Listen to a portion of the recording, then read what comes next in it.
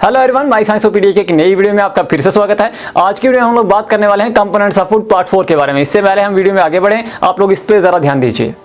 अगर आप हमारे चैनल पर पहली बार आए तो मैं आपसे कहूंगा कि आप हमारी वीडियो को एंड तक देखिए। अगर हमारी वीडियो आपको अपने लिए वैल्यूएबल लगती है तो हमारी आने वाली वीडियोस की नोटिफिकेशन के लिए आप हमारे चैनल को सब्सक्राइब कर दीजिए, बेल आइकन को प्रेस कर दीजिए और ऑल नोटिफिकेशन बटन को ऑन करिए। तो देखिए, आज की वीडियो में बात होने वाली है what is balance diet, what are reason for loss of nutrients from our food item, what is deficiency disease, और साथ ही साथ मैं बताने वाला हूं MDM mid day meal programme के बारे में। वीडियो थोड़ी सी लंबी होने वाली है, लेकिन अगर आप वीडियो को पूरा देखेंगे मुझे पूरा यकीन है कि आपके सारे कंसेप्ट जो हैं वो क्लियर हो जाएंगे।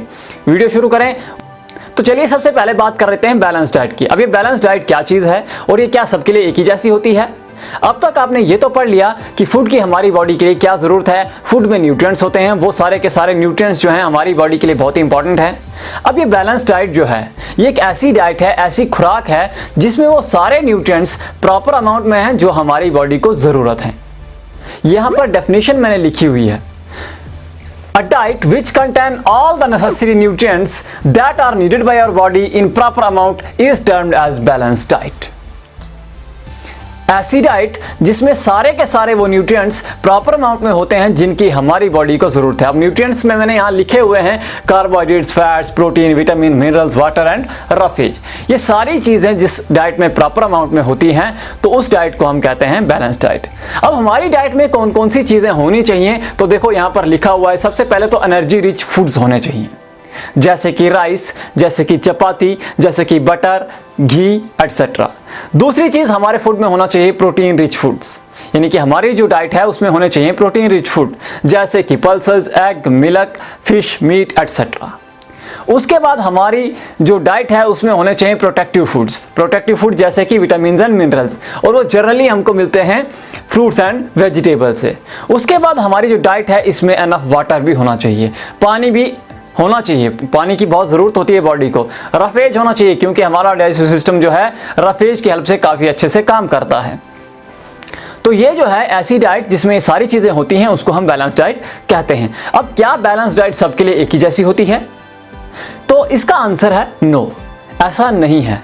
अब ये डिपेंड करता है हमारे एज ग्रुप पे, हमारा काम करने का कौन सा तरीका है, हम किस तरह से काम करते हैं, हमारा रहन सहन, जो हमारा लाइफस्टाइल कैसा है, यानी कि हमारा हैबिट ऑफ लिविंग कैसा है। अब देखिए, अगर हम बात करें तो जो ग्रोइंग चिल्ड्रंस हैं, जो बढ़ रहे हैं बच्चे, उनको ज़्यादा प्रोटीनिशियस फूड की ज़रूरत होती है, उनको ज़्यादा कैल्शियम की ज़रूरत होती है, उनको ज़्यादा फास्फोरस की ज़रूरत होती है। ऐसा क्यों? क्योंकि उनकी बॉडी ग्रो कर रही है और प्रोटीन्स जो हैं वो बॉडी बिल्डिंग फूड्स हैं। हमने पहले ही पढ़ा था कि proteins are called as body building foods. दूसरी चीज़, अब कैल्शियम फास्फोरस की ज़रूरत उनको इसलिए है क्योंकि उनकी बोन्स जो हैं वो ग्रो कर रही हैं, तो वो बोन्स स्ट्रांग करने के लिए कैल्शियम एंड फास्फोरस की ज़रूरत पड़ती है। दूसरी तरफ अगर हम प्रेग्नेंट एंड नर्सिंग मदर्स की बात करें, pregnant women and nursing mothers की बात करें, उनको भी अच्छे खासे प्रोटीन्स की ज़रूरत पड़ती है क्योंकि जो प्रेग्नेंट वुमेन है तो उसकी बॉडी के अंदर एक छोटा सा बच्चा है, एक छोटी सी जान बढ़ रही है, पल रही है। उस बच्चे को ग्रो करना है तो उसके लिए प्रोटीन्स की ज़रूरत पड़ती है। जो नर्सिंग मदर है, जो बच्चों को दूध पिला रही हैं, उनको प्रोटीन्स की ज़रूरत इसलिए पड़ती है क्योंकि प्रोटीनिशियस फूड खाने से उनका जो मिल्क का वॉल्यूम है उनकी बॉडी में वो ज़्यादा होगा। उसके बाद बारी आ जाती है हमारे वर्किंग हैबिट की। अब जो लोग काफ़ी ज़्यादा मेहनत का काम करते हैं, अगर मैं दिहाड़ी मजदूर की बात करूं, उसकी डाइट में एनर्जी रिच फूड्स होने चाहिए as compare to normal worker. जो लोग ऑफिस में बैठ के काम करते हैं उनकी डाइट के हिसाब से, उनकी डाइट के साथ अगर हम कंपेयर करें तो एक लेबरर की डाइट में ज़्यादा एनर्जी रिच फूड्स होने चाहिए। क्यों? क्योंकि उसको पूरा दिन धूप में काम करना है, बहुत मेहनत का काम करना है जिसमें बहुत एनर्जी जा रही है उसकी, तो उसको एनर्जी को वापस रिस्टोर करने के लिए बहुत ज़्यादा एनर्जी रिच फूड्स की ज़रूरत होती है। तो ये बैलेंस डाइट के बारे में बात हो गई। अब हम बात करते हैं कि हमारे जो फूड आइटम हैं उससे न्यूट्रिएंट कैसे लॉस होते हैं। तो अब लॉस का क्या कारण है वो हम अब बात करते हैं। तो अब बात आ जाती है loss of nutrients from food item कैसे होता है। दो तरह की प्रैक्टिसेस हैं जिनसे न्यूट्रिएंट लॉस होता है। हम लोग दो तरह की ऐसी चीजें करते हैं, दो तरह की हमारी ऐसी प्रैक्टिसेस हैं जिनसे न्यूट्रिएंट का लॉस जो है हम करते हैं। तो जो पहली प्रैक्टिस है वो है प्री कुकिंग प्रैक्टिसेस। अब क्या है प्री कुकिंग? पहली चीज इसमें है कि राइस और पल्सेस जो हैं इनको अगर हम लगातार रिपीटेड वॉशिंग करेंगे तो जो वाटर डिसॉल्विंग न्यूट्रिएंट्स हैं वो उससे निकल जाएंगे। दूसरी चीज़ इसमें है कि हम लोग सब्जियां और फल, फ्रूट्स एंड वेजिटेबल अगर हम काटने के बाद उसको धोते हैं तो उसमें जो वाटर डिजॉल्विंग न्यूट्रिएंट्स हैं वो उससे निकल जाएंगे। तीसरी चीज़, अगर हम उसका छिलका जो है वो अगर मोटा छिलका निकालेंगे, थिक पीलिंग निकालेंगे, तो उससे क्या होगा, जो उसके छिलके में भी कुछ न्यूट्रिएंट्स रहते हैं तो वो उसके साथ, उस छिलके के साथ निकल जाएंगे। ये है प्री कुकिंग, यानी कि पकाने से पहले। अब हम कुकिंग करते हैं। कुकिंग किस लिए करते हैं? कुकिंग जो है हम खाने को टेस्टी और इजी टू डाइजेस्ट बनाने के लिए करते हैं। हमारा खाना टेस्टी बने ताकि हम अच्छे से आराम से खा सकें, या इजी टू, और दूसरी चीज़ इजी टू डाइजेस्ट, यानी कि आसानी से हजम हो जाए, इसके लिए हम कुकिंग करते हैं। लेकिन कुकिंग के दौरान भी हम कुछ ऐसी चीज़ें करते हैं जिससे न्यूट्रिएंट का लॉस होता है। पहली चीज़ कि हाई टेम्परेचर पे कुकिंग करना। हम लोग काफ़ी हाई टेम्परेचर पे फुल गैस रख के जो है खाना तैयार करते हैं, उससे भी लॉस ऑफ न्यूट्रिएंट्स होता है। जो वाटर डिसॉल्विंग न्यूट्रिएंट्स हैं जो ऑपरेट होके चले जाते हैं, जैसे कि विटामिन सी है, उसकी भरपाई करने के लिए हमको raw fruits and vegetable as a salad जो है इस्तेमाल करने पड़ते हैं। यानी खाने के साथ हम रॉ फ्रूट्स एंड वेजिटेबल का इस्तेमाल करें तो वो उसकी भरपाई हो जाएगी। दूसरी चीज़, हम लोग एक्सेस वाटर जो है पहले डाल लेते हैं सब्जी में, फिर उसके बाद निकाल देते हैं, निचोड़ लेते हैं। तो उससे क्या होता है, उससे भी न्यूट्रिएंट्स जो है वो चले जाते हैं। या जिसमें पानी में सब्जी को बॉईल किया, उसको फेंका, फिर दूसरा अलग से सब्जी बनाई, वैसा नहीं करना है, क्योंकि उससे क्या होता है, उससे भी न्यूट्रिएंट्स का लॉस होता है। तो ये बात हो गई कि लॉस ऑफ न्यूट्रिएंट्स हमारी जो फूड आइटम है उससे कैसे होता है, उससे हम कैसे बच सकते हैं। तो आप बच कैसे सकते हैं? जाहिर सी बात है, ये चीज़ें नहीं करनी है तो लॉस ऑफ न्यूट्रिएंट्स जो है कम हो जाएगा। अब अगला है डेफिशिएंसी डिजीजेज क्या होता है।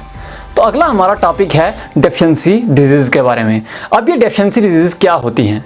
अब अभी तक आपने इतना तो जान लिया है कि हमारे लिए फूड ज़रूरी है, फूड में पाए जाने वाले सभी न्यूट्रिएंट्स हमारे लिए बहुत ज़रूरी हैं। तो अब ये डेफिशिएंसी और डेफिशिएंसी डिजीज क्या चीज़ें हैं? आई होप डेफिशिएंसी का मतलब आप सभी को पता है, अगर नहीं पता है तो बता देता हूँ। डेफिशिएंसी का मतलब होता है लैक ऑफ समथिंग, किसी चीज़ की कमी। अब डेफिशिएंसी डिजीज़ क्या होगी इस हिसाब से, यानी किसी चीज़ की कमी से जो हमारी बॉडी में डिजीज़ होती हैं उनको हम डेफिशिएंसी डिजीज़ होती हैं, उनको हम डेफिशिएंसी डिजीज़ कहते हैं। अब किस चीज़ की कमी से? उन्हीं चीज़ों की कमी से जो हमारे बॉडी के लिए, जो हमारे लिए ज़रूरी हैं, मतलब न्यूट्रिएंट्स। न्यूट्रिएंट्स की काफ़ी देर तक हमारी डाइट में जब कमी हो जाती है किसी न्यूट्रिएंट की, तो उससे हमारी बॉडी में कोई डिजीज़ जो है वो पैदा हो जाती है, और उस डिजीज़ को हम कहते हैं डेफिशिएंसी डिजीज़। यहाँ पर डेफिनेशन लिखी हुई, आप लोग नोट भी कर सकते हैं। Diseases which are caused due to deficiency of nutrients in our diet over a long period of time are called as deficiency diseases। मतलब हमारी डाइट में काफ़ी लंबे समय तक अगर किसी न्यूट्रिएंट की कमी हो जाती है तो उससे हमें जो बीमारियां होती हैं उसको हम कहते हैं डेफिशिएंसी डिजीजेस। अब यहाँ पर कुछ बीमारियां मैंने लिखी हुई हैं, किसी चीज़ की कमी, किस किस चीज़ की कमी से कौन कौन सी बीमारी हो सकती है, मैंने यहाँ उनके नाम लिखे हैं। आप एक एक करके इसको हम पढ़ते हैं। सबसे पहले अगर हमारी बॉडी में विटामिन ए की कमी होती है तो हमें नाइट ब्लाइंडनेस डिजीज़ जो है वो हो जाती है। विटामिन B1 की कमी अगर हो जाती है तो हमको बैरी नाम की डिजीज़ जो है वो हो जाती है, नेरुस डिजीज़ है। विटामिन B2 की अगर कमी होती है तो चिलियासिस डिजीज़ हो जाती है। ये इसमें हमारे होंठ जो हैं उनमें सूजन हो जाती है। विटामिन B3 अगर इसकी कमी हो जाती है तो एक प्लेग्रा नाम की बीमारी हमको हो जाती है। ये कम्प्लेक्स डिजीज़ है, इसमें हमारा नर्व सिस्टम भी इन्वॉल्व है, डाइजेस्टिव सिस्टम भी इन्वॉल्व है, स्किन इन्वॉल्व है, तो ये कम्प्लेक्स डिजीज़ है। B12 की अगर कमी हो जाती है तो हमें अनीमिया हो जाता है। उसके बाद अगर विटामिन C की कमी होती है तो स्कर्वी होती है। इसमें हमारे गम्स जो है उनकी ब्लीडिंग होती है, हमारे टूथ जो हैं उसमें डिके शुरू हो जाती है और हमारे जो दांत हैं वो गिरने लगते हैं। विटामिन D की कमी से हमको रिकेट्स हो जाती है। रिकेट्स जो है हमारे हड्डियों की डिजीज़ है, हड्डियाँ कमज़ोर हो जाती हैं। विटामिन E की अगर कमी हो जाती है तो हमारी बॉडी पे जो कंट्रोल है, हमारी बॉडी का जो कंट्रोल है हमारी मूवमेंट पे, तो उस पर कंट्रोल नहीं रहता है, मतलब पैरालिसिस टाइप की जो है सिचुएशन हो जाती है। अगला जो है वो विटामिन K, इससे हेमोरेज होती है। हेमोरेज का मतलब क्या हो गया? मैंने कहा था विटामिन K का फंक्शन ये है कि ये हमारे ब्लड में क्लॉटिंग करता है। तो जब विटामिन K नहीं रहेगा तो ब्लड में क्लॉटिंग नहीं होगी, यानी कि खून रुकेगा नहीं। तो ऐसी कंडीशन को जिसमें ब्लीडिंग नहीं रुकती है उसको हम हेमोरेज कहते हैं। तो अगली जो है वो है प्रोटीन। अगर प्रोटीन की कमी होगी तो इससे एक डिजीज़ होती है क्वेशरकर, इसका नाम है। अब इसमें क्या होता है, ये 18 महीने से ज़्यादा उम्र के बच्चों में ज़्यादा होती है। इसमें प्रोटीन की बहुत ज़्यादा कमी हमारी बॉडी में हो जाती है। उसके बाद प्रोटीन और कार्बोहाइड्रेट्स, अगर इनकी कमी हो जाएगी तो मैरास्मस नाम की डिजीज़ होती है। यानी कि छोटे बच्चों में, जब बच्चा पैदा होता है तभी से ये डिजीज़ हो जाती है, जिसमें एक जर्नल वीकनेस, बच्चा बहुत कमज़ोर होता है। उसके बाद अगर कैल्शियम की कमी है तो हाइपोकैल्सीमिया हो जाता है। आयोडीन की कमी है तो गॉइटर होता है। गॉइटर यहाँ पे एक जो है हमारी थायराइड जो ग्लैंड है वो इनलार्ज हो जाती है, तो यहाँ पर एक इस तरह का स्ट्रक्चर बन जाता है, यानी कि एक गीड हम उसको कहते हैं, तो वो निकल जाता है। आयरन की कमी है तो अनीमिया हो जाएगा। सोडियम अगर बॉडी में कम है तो हमारी बॉडी वीक रहेगी, डिहाइड्रेशन ज़्यादा होगी। पोटेशियम अगर कम है तो हमारी बॉडी के मसल्स वीक रहेंगे, हमको क्रैम्प्स पड़ेंगे। और फास्फोरस अगर कम है तो weak bones and tooth decay. Hypocalcaemia में भी यही होता है, हमारे बोन्स वीक रहते हैं, हमारे दांत जो हैं वो सड़ते हैं। तो ये है डेफिशिएंसी डिजीज़ के बारे में। अब हम बात करेंगे ये मिड डे मील क्या चीज़ है। तो अब बात कर लेते हैं मिड डे मील प्रोग्राम के बारे में। अब ये मिड डे मील प्रोग्राम क्या चीज़ है और इसके क्या फ़ायदे हैं, किस लिए लॉन्च किया गया। मिड डे मील प्रोग्राम या मिड डे मील स्कीम जो है, ये लंच की जो स्कीम है स्कूलों में, दिन को 1 बजे जो लंच दिया जाता है बच्चों को, 1st से 8 तक के बच्चों को या KG से 8 तक के बच्चों को, उसको हम कहते हैं मिड डे मील प्रोग्राम या मिड डे मील स्कीम। अब इसको सबसे पहले 1995 में सेंट्रल एजुकेशन मिनिस्टर, उस टाइम पे शायद PV नरसिम्हा राव थे, आप गूगल करके चेक कर सकते हैं, शायद हो सकता है मैं गलत भी हो सकता हूं, तो उन्होंने इसको सेंटर में लॉन्च किया था। अब इसके एम क्या थे, यानी कि किस मकसद से इसको लॉन्च किया गया। आप लोग सभी जानते हैं कि हमारी कंट्री जो है रिच कंट्री नहीं है, डेवलप्ड कंट्री नहीं है, we are a developing nation. हम लोग तरक्की याफ्ता मुल्क हैं, हम लोग तरक्कीशील देश हैं, लेकिन हम लोग पूरी तरह से डेवलप्ड अभी नहीं हैं। तो कुछ फैमिलीज ऐसी हैं, कुछ नहीं मैं कहता हूँ, बहुत ज़्यादा फैमिलीज ऐसी हैं, बहुत ज़्यादा लोग ऐसे हैं जो लोअर मिडिल क्लास हैं या काफ़ी ज़्यादा गरीबी रेखा से बहुत ज़्यादा नीचे हैं। तो वैसी फैमिलीज़ के बच्चे जो हैं उनको प्रॉपर डाइट या प्रॉपर नरिशमेंट जो है वो नहीं मिलती है। 2 वक्त का खाना भी उनके लिए बहुत मुश्किल से जुड़ता है उनको। तो उस फैमिली के बच्चे, वैसी फैमिलीज़ के बच्चे जो हैं अंडर नरिश्ड रह रहे हैं और साथ ही साथ वो अनपढ़ भी रह रहे हैं, स्कूलों में भी नहीं जा पा रहे हैं और उनको डाइट भी नहीं मिल रही है। गवर्नमेंट ने ये सोचा कि हम एक ऐसी स्कीम लॉन्च करते हैं जिससे बच्चे स्कूल की तरफ भी आएंगे और उनको खाना भी दिया जाएगा। तो खाने के लालच से ही तो स्कूल आएंगे, तो स्कूल का रोल बढ़ेगा, थोड़े से बच्चे एजुकेट भी हो जाएंगे और उनको डाइट भी प्रॉपरली मिलती रहेगी। तो ये 2 मैन एम जो थे इस मिड डे मील प्रोग्राम जो है, इसके ये 2 मैन एम हैं कि बच्चों का रोल एक तो स्कूल में बढ़ाया जाए, दूसरा उनको बैलेंस डाइट दी जाए। हमारी स्टेट की अगर बात करें, JNK की बात करें, जम्मू कश्मीर की बात करें, अब ये UT हो गया है, तो हमारी UT की बात करें तो यहाँ पर 2004 में पहली बार ये लॉन्च हुई और अभी भी ये एक्टिव है। तो ये हो गया मिड डे मील प्रोग्राम के बारे में, मिड डे मील स्कीम के बारे में।